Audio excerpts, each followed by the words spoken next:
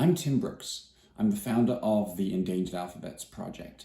And I want to tell you why the Bamum script of Cameroon is so important that we've chosen it as the subject of our first ever spring fundraiser. Okay, so first of all, the people of Bamum.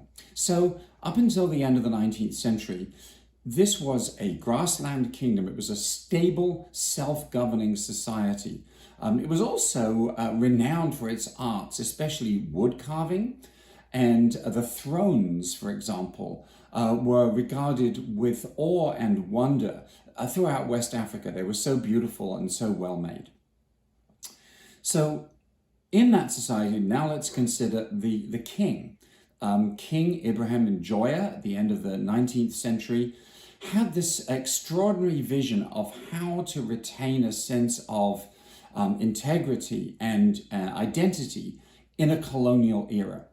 And at the heart of that notion was that a people should write their own history in their own language and their own script. Seems strange to us, but then we're the colonizers. We're used to being able to use our own language and our own script.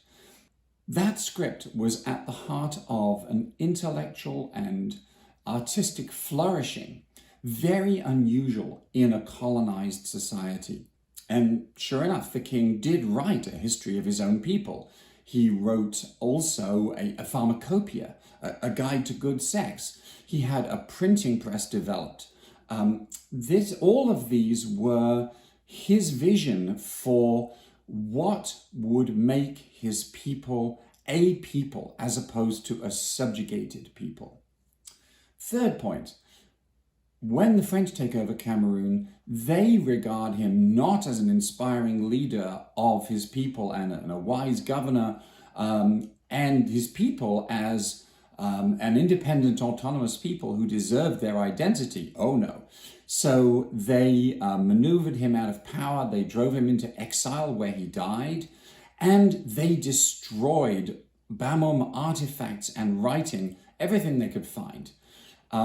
And so you have a script that is indigenously created and is now endangered within the space of 25 years. And even though the kingdom of Bamum continues to exist and to be ruled by his descendants, it's now a colonized place. And we don't understand what that means until we see the impact that has in somewhere like West Africa, where it means that anybody growing up has to learn English or French or Arabic, whichever country it is, as a way of advancing in the world.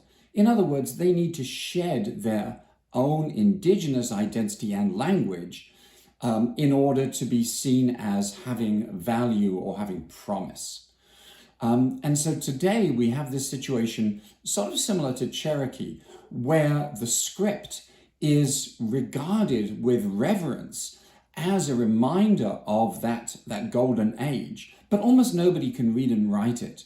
And what we want to do is to work with the king and the people of Bamum, not just to revive an alphabet, some letters, but because that is at the heart of their recovering their sense of who they are, that they have a right to exist, that they have a right to autonomy and self-government, and dignity and respect. That's what we're after. That's why this fundraiser is so important. We hope that you'll understand, and we hope you'll support us. You'll see a link in the text accompanying this video. We look forward to hearing from you. Thank you.